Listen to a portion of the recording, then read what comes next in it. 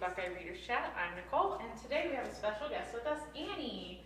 She is hello, welcome. She is a fellow employee here at the city, and she's got a wonderful guest with her. Who is this? This is Allie, and she is a 4 or 5-year-old Belgian Malinois, and she's actually a rescue as well, too. Very awesome. So, do you have any other dogs? So she is my youngest of 4 dogs. Mm-hmm. So I have a 14-year-old, a 11-year-old, and another like 4-year-old, and then I have Allie. And they're all rescues as well, too. Awesome.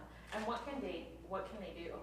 Well, they can do a lot of things. So I have been competing in the sport of dog agility for over 20 years, and so she is in training. She hasn't stepped into a ring yet, but she will be in dog years in my 4th generation of agility dog competitors. That's amazing. And have you won any competitions? I've actually, in my 2nd generation of dogs, I had a dog win the national championships. And then I've had a couple dogs be regional champions, and then most recently my oldest dog, made it into the finals in the national championships as well too. That's amazing.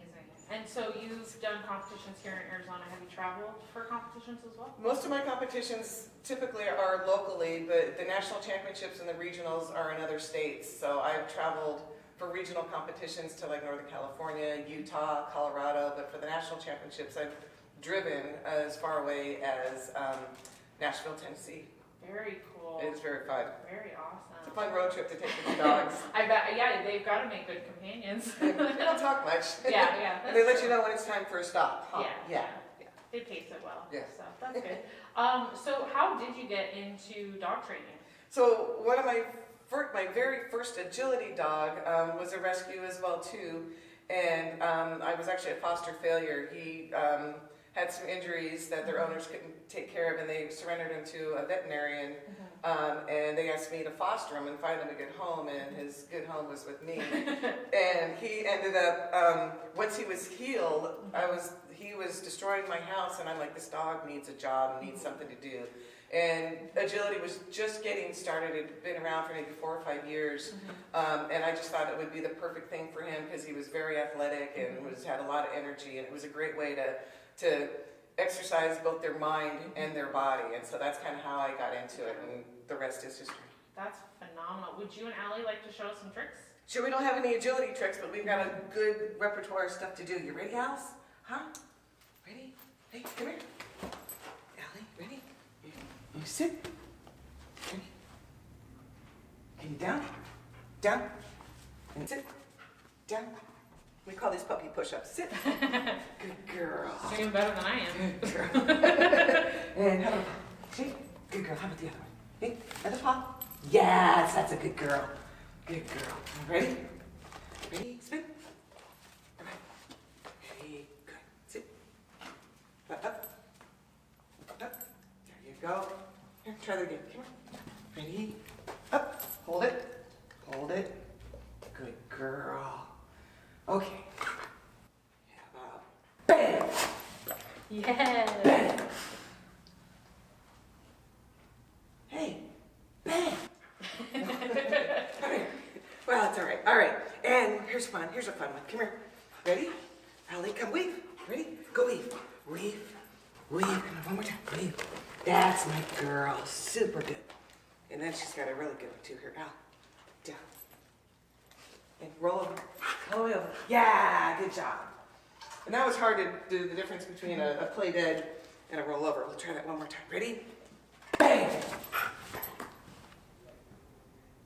Okay, good girl. Who's gonna kick it up? Okay, good girl. Good job, honey. Good job. Which one did she learn first? Roll over or play dead? Actually roll over first. So it was harder for her to not keep rolling over. Come back up. Turn around. Incredible. What a good girl. Awesome. So she's a good girl.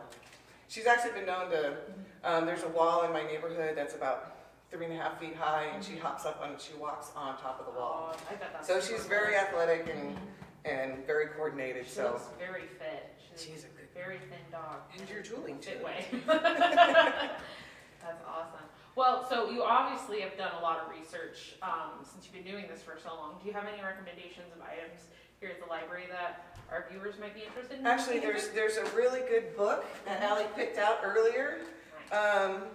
It's called How to Teach a New Dog Old Tricks, and it's from Dr. Ian Dunbar, and Ian Dunbar is very well known in the dog training community. He's not only a veterinarian, but he is an animal behaviorist as well too.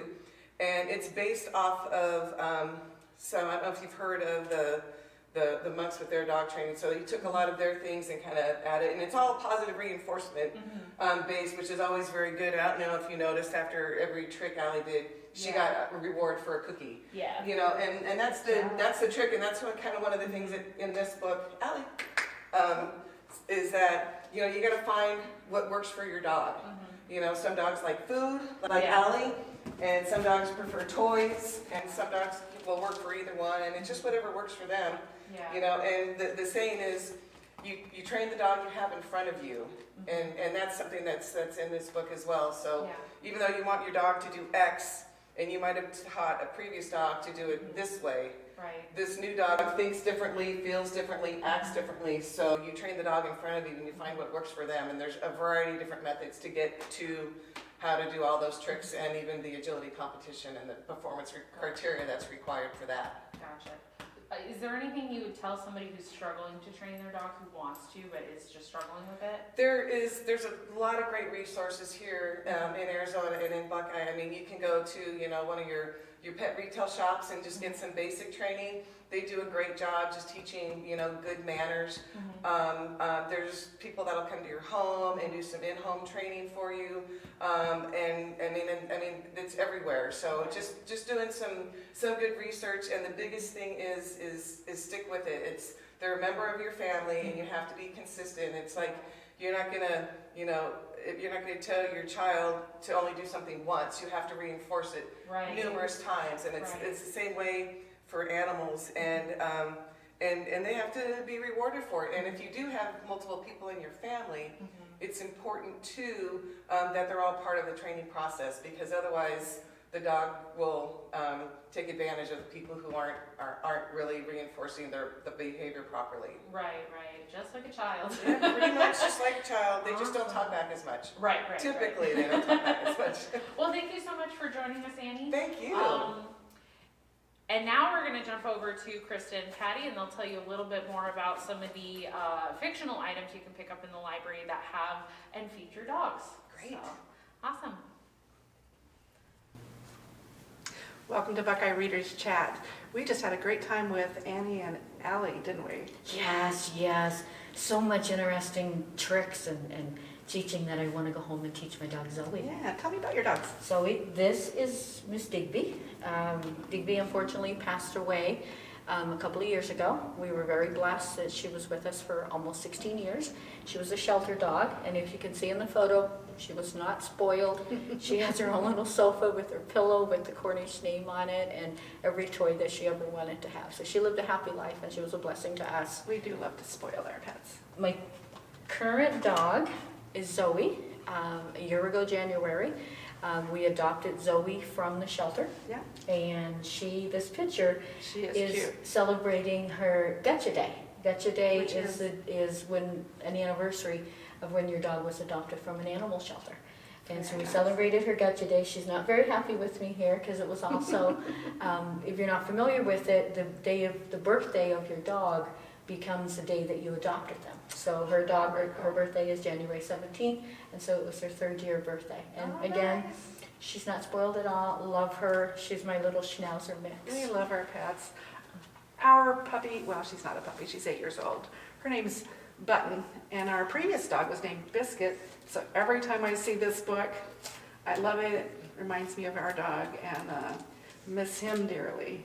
And I love these other books. Old Yeller, I used to read to my kids these chapter books, which are really great for day after day and learning that way. And of course, if you like a good adult read, David Rosenfeld has Muzzled. And these are all great Great dog books. How about you? What are your favorites? I have a couple. This book was introduced to me by a coworker Mhm. when I was looking over some books that we could do in our Buckeye Reader's Chat today. It's actually from a dog's perspective. Oh, If you cool. read Yeah. the book, you think that the dog is telling you the story. Great book. I'm definitely going to read it. Honestly, I haven't got into it far enough to tell you what it's about, but it definitely caught my Spencer attention. Quinn is an excellent author. What else do you have? Another great book we have, received the Calicut Award, is A Ball for Daisy. One of the things that, it's a children's book, but what caught my attention, there are no words in this book. So it's a great opportunity for parents to sit down, or older siblings to sit down with the younger children and make up a story. They do. So it and engages they the really children, it pulls on their imagination. I thought, Yes. what a cute little book. Don't always need words. Zoe and I may have to read this and make up our own story. That's correct. What else do you have? And the third one we have is the Vox books, which are talking books or read-along books. And this one caught my attention because it's both in English and Spanish. Nice. For people that aren't familiar with the Vox books, there's actually buttons that you turn it on and you can read the book. Our and kids it's- love those. And it's great with enunciations of words and pronunciation, and engages the children. Yes. And in all of the pages, it's actually Spanish and And English. English. So Nice. love it. One of those caught my attention. Those are very, very cool.